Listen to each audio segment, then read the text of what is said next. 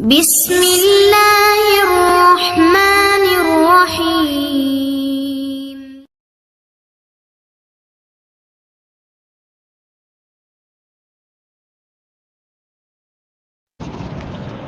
الحمد لله رب العالمين والعاقبة للمتقين والصلاة والسلام على أشرف الأنبياء والمرسلين نبينا محمد وعلى آله وأصحابه أجمعين أما بعد. கண்ணியமிக்க சகோதர சகோதரிகளே, நம்முடைய சென்ற வகுப்பில் ரமதான் மாதத்தை பற்றி சில சிறப்புகளை சுருக்கமாக நாம் பார்த்தோம். அதனை தொடர்ந்து இந்த வகுப்பில் நோம்பின் சில சிறப்புகளை நாம் இன்ஷா அல்லாஹ் தெரிந்து கொள்வோம். அதேபோல் இந்த மாதத்தில் ரமதான் மாதத்தில் நடந்த சில வரலாறு சிறப்பு மிக்க முக்கியமான சம்பவங்களை நாம் இன்ஷா அல்லாஹ் தெரிந்து கொள்வோம். அன்பிற்கினிய சகோதர சகோதரிகளே, நோம்புடைய சிறப்பை பற்றி ஷேக் அப்துல்லா நாசிஹ் உல்வான் அவர்கள் சொல்கிறார்கள், வயக்ஃபி ஸௌம் ஃபضலன் வ கைரன் வ பரக்கத்தன். நோம்புடைய சிறப்புக்கு, நன்மைக்கு, பரக்கத்துக்கு போதுமான ஒரு விஷயம் என்னவென்றால், ஒரு நோம்பாளி நாளை மறுமை நாளிலே, தீர்ப்பு நாள் அன்று நோம்புக்கு கிடைக்கும் கூலியை பார்த்து அதிகமாக சந்தோஷம் கொள்வார், மகிழ்ச்சி அடைவார். இதை குறித்து நபி ஸல்லல்லாஹு அலைஹி அவர்கள் சொன்ன செய்தி சஹீஹ் புகாரி, சஹீஹ் முஸ்லிமிலே பதிவு செய்யப்பட்டிருக்கிறது. நபிகள் நாயகம் ஸல்லல்லாஹு அலைஹி அவர்கள் சொன்னார்கள், லிஸ்ஸாயிமி ஃபர்ஹதான். ஒரு நோம்பாளிக்கு 2 மகிழ்ச்சி தரக்கூடிய தருணங்கள் உண்டு. 2 நேரங்களிலே ஒரு நோம்பாளி அதிகமாக சந்தோஷப்படுவார். அதில் ஒரு நேரம் என்ன? இதா அஃப்தரா ஃபரிஹ பிஃபித்ரி. நோன்பு திறக்கும் பொழுது, இஃப்தார் செய்யும் பொழுது, இஃப்தாரை கொண்டு அவர் சந்தோஷம் அடைகிறார். அந்த சந்தோஷம் என்ன? நாமே ஒவ்வொரு இஃப்தார் நேரத்திலும் அதை உணர்கிறோம். பசி பட்டினியோடு தாகமாக இருந்து இன்னும் சில நொடிகளில் சாப்பிட போகிறோம், தண்ணீர் குடிக்க போகிறோம், நரம்புகள் நனைய போகிறது என்பதை உணரும் பொழுது எவ்வளவு சந்தோஷம், எவ்வளவு ஒரு ஆனந்தம். இந்த சந்தோஷத்தை நாமே உணர்ந்திருக்கிறோம். இது ஒரு சந்தோஷம். 2வது சந்தோஷம் என்ன? நபி ஸல்லல்லாஹு அலைஹி வஸல்லம் சொல்கிறார்கள், வைதா லக்கிய ரப்பஹு ஃபரிஹ பிஸௌமிஹி. நாளை மறுமை நாளில் அல்லாஹ்வை சந்திக்கும் பொழுது தன்னுடைய நோன்பை கொண்டு, அதாவது நோம்பின் அந்த மகத்தான கூலியை கொண்டு அவர் சந்தோஷம் அடைவார். அடுத்ததாக ஷேக் அவர்கள் சொல்கிறார், ويكفي الصوم فضلا وخيرا وبركة أن الله سبحانه وتعالى وحده هو الذي يعلم مقدار ثوابه وعظم أجره وحسناته. நோம்புடைய சிறப்பு, நன்மை மற்றும் பரக்கத்துக்கு போதுமான இன்னொரு விஷயம் தான் என்னது? நோம்பின் கூலி உடைய அளவு என்ன? அது அல்லாஹ்வுக்கு மாத்திரம்தான் தெரியும். நோம்பின் கூலியுடைய மகத்துவம் என்ன? அது அல்லாஹ்வுக்கு மட்டும்தான் தெரியும். இதை குறித்த ஹதீஸை ஷேக் அவர்கள் பதிவு செய்கிறார். நபி ஸல்லல்லாஹு அலைஹி அவர்கள் சொன்னார்கள், குல்லு அமலி இப்னி ஆதம யுضاعف له الحسنة بعشر أمثالها إلى 700 ضعف إلا الصوم. மனிதனுடைய ஒவ்வொரு அமலுக்கான நன்மைகள், கூலி 10 மடங்கு அதிகமாக்கப்பட்டு 700 மடங்கு வரை அது அதிகமாக்கப்படுகிறது, நோன்பை தவிர. ஏனெனில் அல்லாஹ் சொல்கிறான், ஃபஇன்னஹு லீ வஅன அஜ்ஸீ பிஹி. ஏனெனில் நோன்பு எனக்குரியது, அதற்கான கூலியை நானே தருவேன் என்று அல்லாஹ் சுப்ஹானஹு வ தஆலா சொல்வதாக நபி ஸல்லல்லாஹு அலைஹி வஸல்லம் அவர்கள் அறிவிக்கிறார்கள். என்ன அர்த்தம் அன்பானவர்களே? தொழுகிறோம் என்று சொன்னால், உதாரணத்திற்கு ஒரு வேளை தொழுகை, மகரிப் தொழுகை தொழுகிறோம் என்று வைத்துக் கொள்ளுங்கள். ஒரு வேளை மகரிப் தொழுகை தான் இன்று நாம் தொழுகிறோம். ஆனால் அல்லாஹ் அதற்கான கூலி எப்படி எழுதுவான்? 10 முறை மகரிப் தொழுகை தொழுதால் என்ன நன்மையோ அவ்வளவு எழுதுவான். இது குறைந்தது. அல்லாஹ் நாடினால் தொழக்கூடியவருடைய ஈமான், இஹ்லாஸ், உள்ளட்சம், அதை பொறுத்து 700 மடங்கு கூட அல்லாஹ் கூட்டி எழுதுவான். தொழுதது ஒரு மகரிப் தொழுகை. ஆனால் அல்லாஹ் நாடினால் 700 மகரிப் தொழுகை தொழுதால் என்ன நன்மையோ அந்த நன்மை எழுதுவான். இதே சட்டம் தான் திக்ருக்கு. சுப்ஹானல்லாஹ் என்று சொன்னால் அதற்கு என்ன நன்மையோ அதை அல்லாஹ் சுப்ஹானஹு வ தஆலா குறைந்தது 10 முறை கூட்டி எழுதுவான். அதாவது ஒரு முறை சுப்ஹானல்லாஹ் சொன்னால் 10 முறை சுப்ஹானல்லாஹ் சொல்லக்கூடிய நன்மை. அல்லாஹ் நாடினால் 700 மடங்கு 700 முறை சுப்ஹானல்லாஹ் சொல்லக்கூடிய நன்மையை அல்லாஹ் கூட்டி எழுதுவான், பெருக்கி எழுதுவான். ஆனால் நோன்புக்கு இந்த சட்டமா கேட்டால் நோன்புக்கு இந்த சட்டம் கிடையாது. அதாவது ஒருத்தர் நோன்பு வைத்தால் 10 முறை நோன்பு வைப்பதற்கு சமமான கூலி குறைந்தது, அதிகபட்சம் 700 முறை நோன்பு நோற்பதற்கு சமமான கூலி. அப்படி கிடையாது. நோன்புக்கு அந்த சட்டமே இல்லை. நோன்பை குறித்து அல்லாஹ் அந்த சட்டத்தை எல்லாம் சொல்லாமல் சொல்கிறான், அது எனக்குரியது, அதற்கான கூலியை நானே எழுதுவேன், நானே கொடுப்பேன். மலக்குமார்கள் நினைச்சு மாட்டார்கள் 10, 20, 30 என்கிற கூலி எழுத மாட்டார்கள். நோன்பை குறித்து அல்லாஹ் சொல்கிறான் மலக்குமார்களை பார்த்து, அதை விட்டுவிடுங்கள், அதற்கான நன்மை நீங்கள் எழுதக்கூடாது, நானே தருவேன். பாருங்கள், நானே தருவேன் என்று சொன்னால் கணக்கில்லாத கூலி என்ற அர்த்தம். பிகைரி ஹிசாப், கணக்கே இல்லாத கூலி நோன்புக்கு இன்ஷா அல்லாஹ் வழங்கப்படும். எனவேதான் இந்த மகத்தான கூலியை பார்க்கும் பொழுது நோன்பாளிகள் சந்தோஷப்படுவார்கள். எனவேதான் ஷேக் அவர்கள் அடுத்து சொல்கிறார்கள், இத அரஃப்தும் ஹதா குல்லஹு, நோன்புடைய இந்த சிறப்பை எல்லாம் நீங்கள் அறிந்து கொண்டால் ஃபஅக்பிலு அலா ஸியாம் பினுஃபூஸின் முஃமினத்தின் ஹாஷிஅத்தின், எனவே அல்லாஹ்வை நம்பிக்கை கொண்ட நஃப்ஸோடு, அல்லாஹ்வுக்காக பணிந்து இபாதத் செய்யக்கூடிய நஃப்ஸோடு நோன்பின் பக்கம் விரைந்து வாருங்கள். வகுலூபின் முஹ்லிஸத்தின் முஹ்தஸிபத்தின், உல தூய்மையோடு அல்லாஹ்வை வணங்கக்கூடிய, நன்மையை கூலி எதிர்பார்க்கக்கூடிய மனசோடு அல்லாஹ்வின் பக்கம், இந்த நோன்பின் பக்கம் திரும்பி வாருங்கள். லிகை தஹ்து பிஹாதிஹில் ஃபதாயில் வல் கைராத் வல் பரகாத், எனவே இந்த நோன்பை கொண்டு இந்த கயிறுகளை பரக்கத்துகளை எல்லாம், அளப்பரிய நன்மைகளை எல்லாம் அள்ளி செல்வதற்கு வாருங்கள் என்று ஷேக் அவர்கள் சொல்கிறார். இங்கு ஷேக் அவர்கள் குறிப்பிடாத இன்னும் சில நோன்புடைய சிறப்புகளை நாம் இன்ஷா அல்லாஹ் தெரிந்து கொள்வோம். நோன்புடைய இன்னொரு சிறப்பு என்ன? நோன்பாளியுடைய நாவில் வரக்கூடிய, அதாவது வாயில் வரக்கூடிய துர்நாற்றம், அது நமக்கே, நோன்பு வைக்கக்கூடிய நமக்கே துர்நாற்றமாக இருக்கும், நமக்கே அருவருப்பாக இருக்கும். ஆனால் நோன்பாளியை அல்லாஹ் எவ்வளவு நேசிக்கிறான் என்று சொன்னால், நோன்பாளியின் வாயில் வரக்கூடிய துர்நாற்றம் அல்லாஹ்வுடைய பார்வையில் கஸ்தூரியை விட சுத்தமானது, சிறந்தது என்று நபி ஸல்லல்லாஹு அலைஹி வஸல்லம் அவர்கள் சொல்கிறார். எனவே இந்த ஹதீஸ் எதை சுட்டி காட்டுகிறது என்று சொன்னால், அல்லாஹ் எவ்வளவு ஒரு நோன்பாளியை நேசிக்கிறான். நோன்பாளியின் வாயில் இருந்து வரக்கூடிய துர்நாற்றம் அல்லாஹ்வுக்கு துர்நாற்றம் கிடையாது, அல்லாஹ்வுடைய பார்வையில் அது கஸ்தூரியின் மனத்தை விட சுத்தமானது. சுப்ஹானல்லாஹ். நம் பிள்ளைகளை நாம் நேசித்தால் பிள்ளைகளுடைய கழிவை நாம் என்ன செய்ய மாட்டோம்? அசிங்கமாக பார்க்க மாட்டோம், கழுவி விடுவோம். செய்வோமா இல்லையா? நாம் யாரை நேசிக்கின்றோமோ அவர்களுடைய அழுக்கு துணிகளை, உதாரணத்திற்கு அவர்களுடைய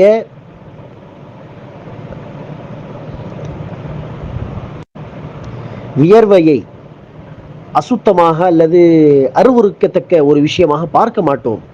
ஏனெனில் அவர்கள் மீது நாம் வைத்திருக்கக்கூடிய நேசம். குறிப்பாக குழந்தைகளுடைய உதாரணத்தை நாம் எடுத்துக்கொள்ளலாம். குழந்தைகளுடைய அழுக்கு துணி, குழந்தைகளுடைய மலஜலம், அதை கழுவி விடுவது, குழந்தைகளுடைய வியர்வை, குழந்தையுடைய எச்சில், இதை நாம் அருவருப்பாக பார்க்கவே மாட்டோம். ஏனெனில் அவ்வளவு நேசம், அவ்வளவு அன்பு, முஹப்பத். அப்படி இருக்க நோன்பாளியின் துர்நாற்றத்தை அல்லாஹ் வெறுப்பதில்லை, மாறாக கஸ்தூரி மனத்தை விட அதை சுத்தமான ஒரு விஷயமாக அல்லாஹ் பார்க்கிறான் என்று சொன்னால், நோன்பாளி மீது அல்லாஹ்வுடைய முஹப்பத்தை இது சுட்டி காட்டுகிறது.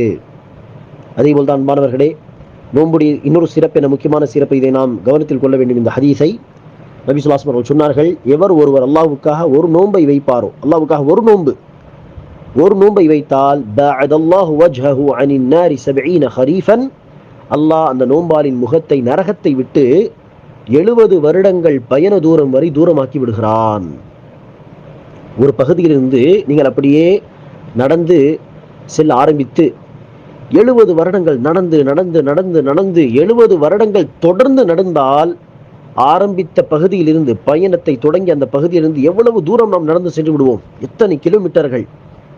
அல்லாஹ் சுப்ஹானஹு வ தஆலா அவ்வளவு தூரமாக்கி விடுகிறான் நரகத்தை விட்டு நம்முடைய முகத்தை, அதாவது நம்மை.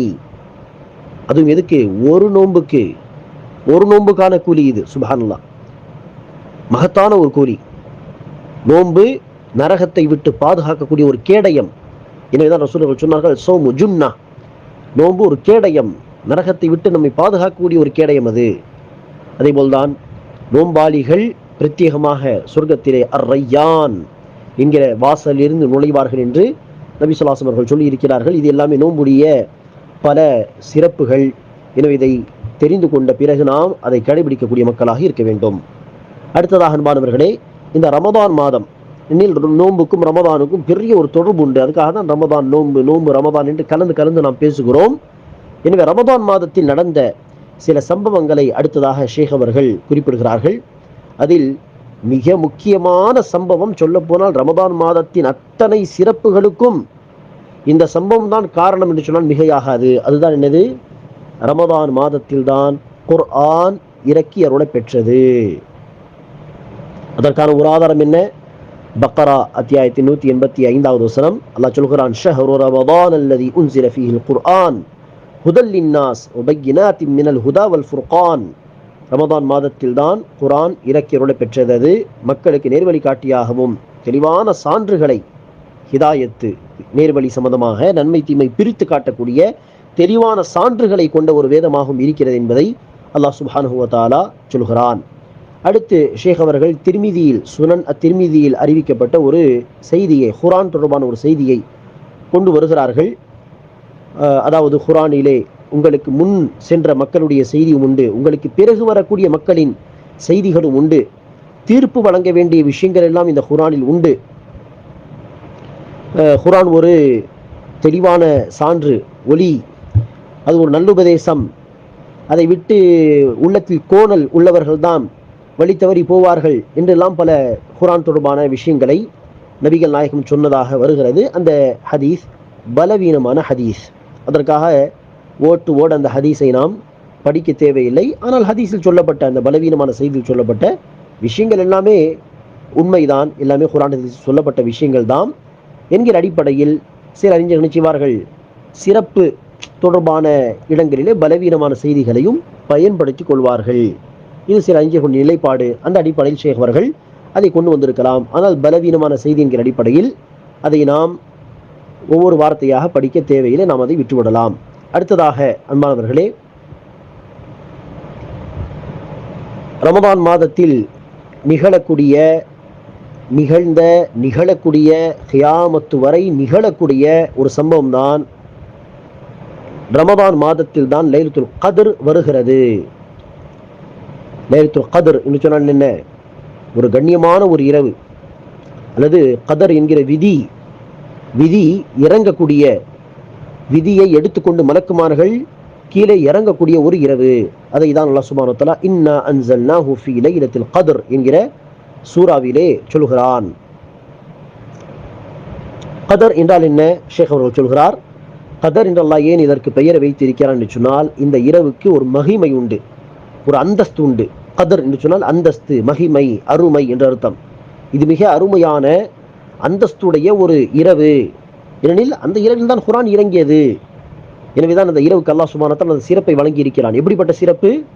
அந்த ஒரு இரவு 1000 மாதங்களை விட சிறந்தது.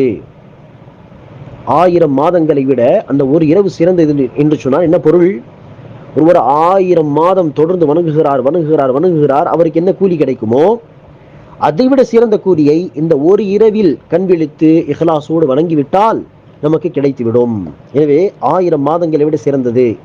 எனவேதான் நபிகள் நாயகம் வலியுறுத்துகிறார்கள் ஹதீஸிலே, மன் காம லைலத்துல் கத்ரி ஈமானன் வஹ்திசாபன் குஃபிர லஹு மா தகத்தம மின் ذنبه. எவர் ஒருவர் லைலத்துல் கத்ர் இரவிலே நின்று வணங்குவாரோ, இறை நம்பிக்கையோடு, அல்லாஹ்விடம் கூலியை எதிர்பார்த்து, கூலி கிடைக்கும் என்கிற அந்த நம்பிக்கையோடு எவர் ஒருவர் வணங்குவாரோ, அல்லாஹ் அவருடைய முந்திய சிறு பாவங்கள் அனைத்தையும் மன்னித்து விடுகிறான். அன்பானவர்கள், இங்கு ஒரு விஷயத்தை நாம் புரிந்து கொள்ள வேண்டும். ரமதான் மாதத்தில் குர்ஆன் இறங்கியது, அல்லது லைலத்துல் கத்ர் இரவு, ரமதான் மாதத்தில் இருக்கக்கூடிய ஒரு இரவு லைலத்துல் கத்ர் இரவு. அந்த லைலத்துல் கத்ர் இரவிலே குர்ஆன் இறங்கியது என்று சொன்னால் என்ன பொருள்? அதாவது குர்ஆனுடைய முதல் வசனம் லைலத்துல் கத்ர் இரவிலே அல்லது ரமதானிலே இறங்கியது. குர்ஆன் இறங்க தொடங்கியது ரமதான் மாதத்திலே, லைலத்துல் கத்ர் இரவிலே என்று எடுத்துக்கொள்ள வேண்டும். இது ஒரு கருத்து. ஏனெனில் நமக்கு தெரியும், குர்ஆன் ஒரேடியாக மொத்தமாக ரசூலுக்கு வழங்கப்படவில்லை. மாறாக கொஞ்சம் கொஞ்சமாக குர்ஆன் இறங்கியது. சில வசனங்கள், சில சூறாக்கள் என்று கொஞ்சம் கொஞ்சமாக இறக்கியருளை பெற்ற ஒரு வேதம். கொஞ்சம் கொஞ்சமாக இறங்கிய இந்த குர்ஆன் உடைய வசனங்கள் ரமதான் மாதத்திலும் அந்த வசனங்கள் இறங்கியிருக்கும். சில வசனங்கள் ஷாபானிலும் இறங்கியிருக்கும். சில வசனங்கள் ரஜபிலும் இறங்கியிருக்கும். சொல்லப்போனால் 12 மாதத்திலும் நிச்சயமாக சில வசனங்கள் கண்டிப்பாக இறங்கியிருக்கும். அப்படி இருக்க ரமதான் மாதத்தில் இந்த குர்ஆன் இறக்கியருளை பெற்றது என்று சொன்னால் என்ன பொருள்? குர்ஆனுடைய முதல் வசனம், முதல் வஹி, முதல் இறை செய்தி ரமதானிலே இறங்கியது என்பது பொருள். இன்னொரு அர்த்தம் என்ன?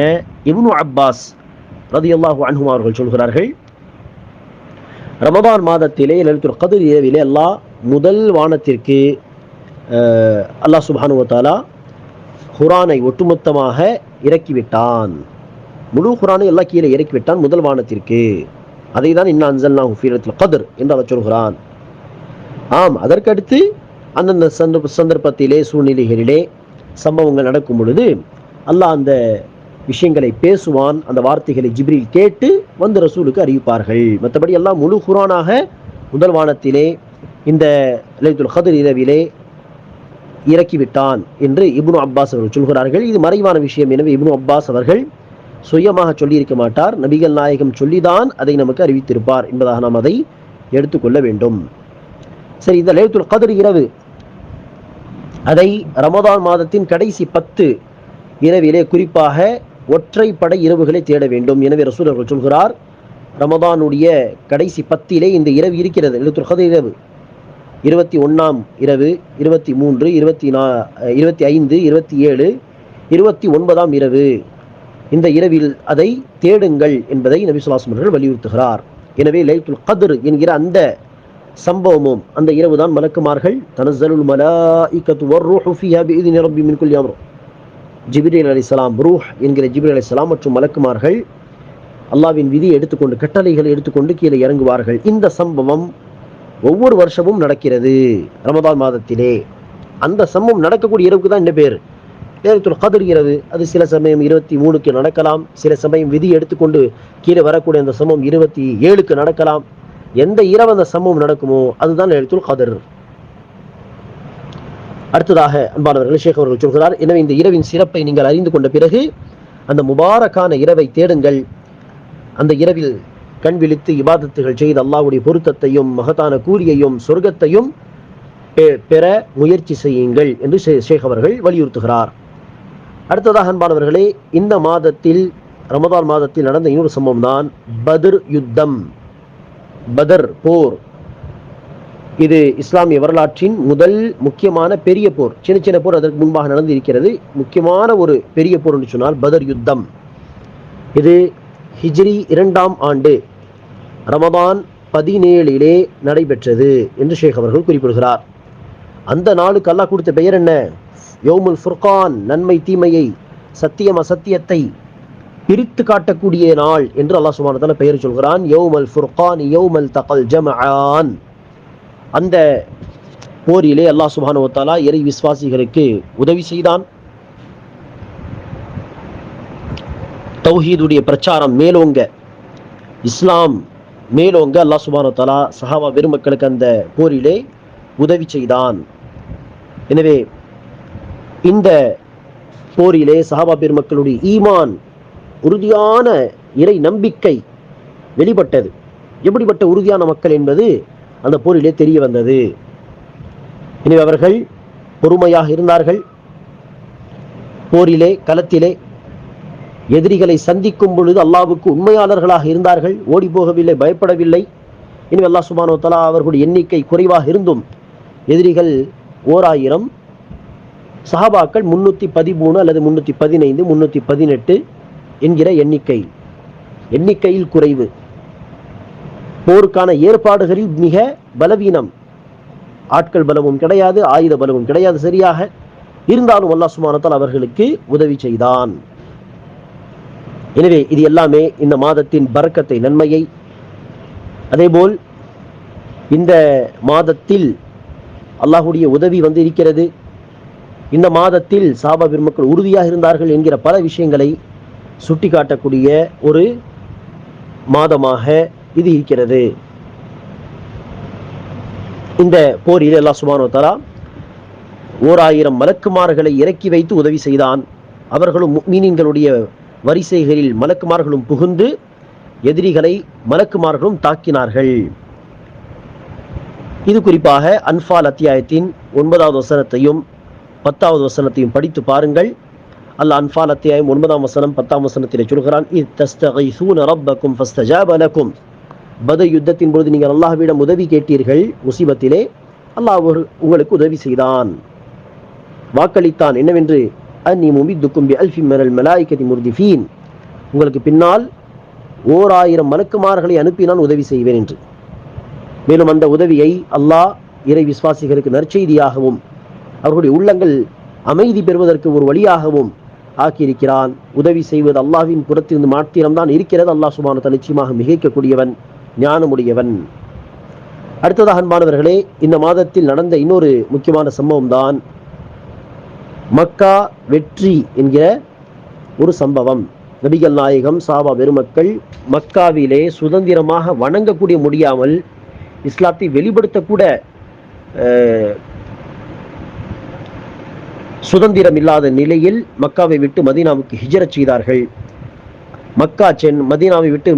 மக்காவை விட்டு மதீனா சென்ற நபிகள் நாயகம் சஹாபா பெருமக்கள் 8 வருடங்கள் கழித்து, ஹிஜ்ரி 8ஆம் வருடம் இதே மாதத்தில் தான், ரமதான் மாதத்தில் தான் கிளம்பி வந்து மக்காவை வெற்றி கொண்டார்கள்.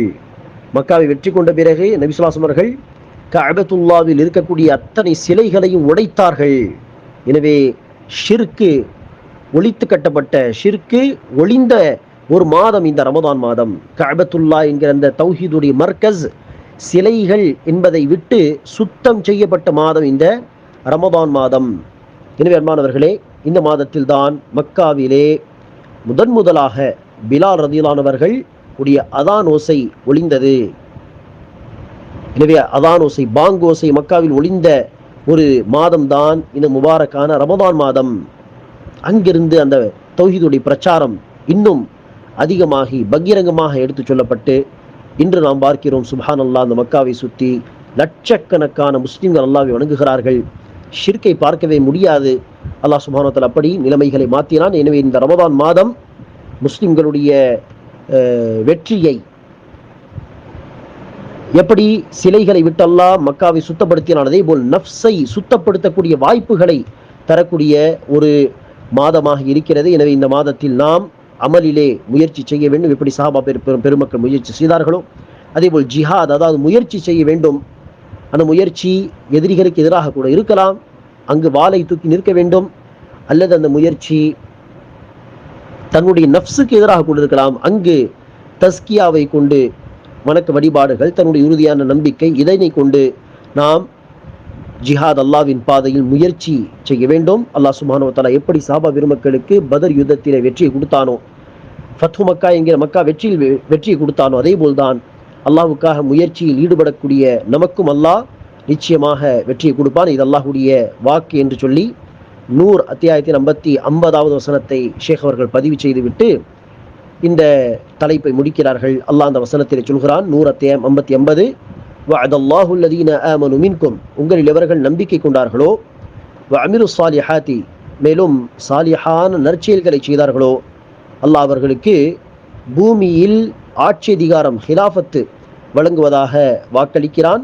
எப்படி இந்த மக்களுக்கு முன்பு சென்ற மக்களுக்கும் அல்லாஹ் அந்த இறை நம்பிக்கை அமல் அடிப்படையில் ஹிலாஃபத்தை வழங்கினானோ, வனுமக்கின லஹும் தீனஹும் அல்லதி இர்ததா லஹும், அதேபோல் எவர்கள் நம்பிக்கை கொண்டு நல்லறங்கள் செய்வார்களோ அவர்களுக்கு அல்லாஹ் சுப்ஹானஹு வ தஆலா அவர்களுடைய மார்க்கத்தை இன்னும் உறுதியாக்குவான். அவர்களுக்கு அல்லாஹ் தேர்வு செய்த இந்த இஸ்லாமிய மார்க்கத்தை, அதே போல பயத்துக்கு பிறகு அல்லாஹ் சுப்ஹானஹு வ தஆலா அமைதி அவர்களுக்கு மாற்றி தருவான். அவர்கள் என்னையே வணங்கட்டும், எனக்கு எந்த ஒரு விஷயத்தையும் இணையாக்க வேண்டாம். இதுதான் நிபந்தனை, கண்டிஷன். ஷிர்க் செய்யாமல் தௌஹீதில் உறுதியாக இருந்து மற்ற பல நம்பிக்கை சார்ந்த விஷயங்களை உறுதியாக நம்பிக்கை கொண்டு அல்லாஹ் சுப்ஹானஹு வ தஆலாவின் மீது நம்பிக்கை வைத்தவர்களாக நல்லறங்களை தொடர்ந்து நாம் செய்தால் அல்லாஹ் நமக்கு இந்த உலகத்திலும் ஆட்சி அதிகாரத்தை தருவான், நாளை மறுமை நாளின் வெற்றியையும் தருவான் என்று இந்த வசனத்தில் அல்லாஹ் வாக்களிக்கிறான். அல்லாஹ் சுப்ஹானஹு வ தஆலா நம் அனைவருக்கும் ரமதான் மாதத்தை அடைந்த பிறகு ரமதான் மாதத்தை முழுமையாக பயன்படுத்திக் கொள்ளக்கூடிய, நோன்பை கடைபிடித்து வைக்கக்கூடிய பாக்கியத்தை தருவானாக. ஆமீன். அஸ்ஸலாமு அலைக்கும் வரஹ்மத்துல்லாஹி வபரகாத்துஹு.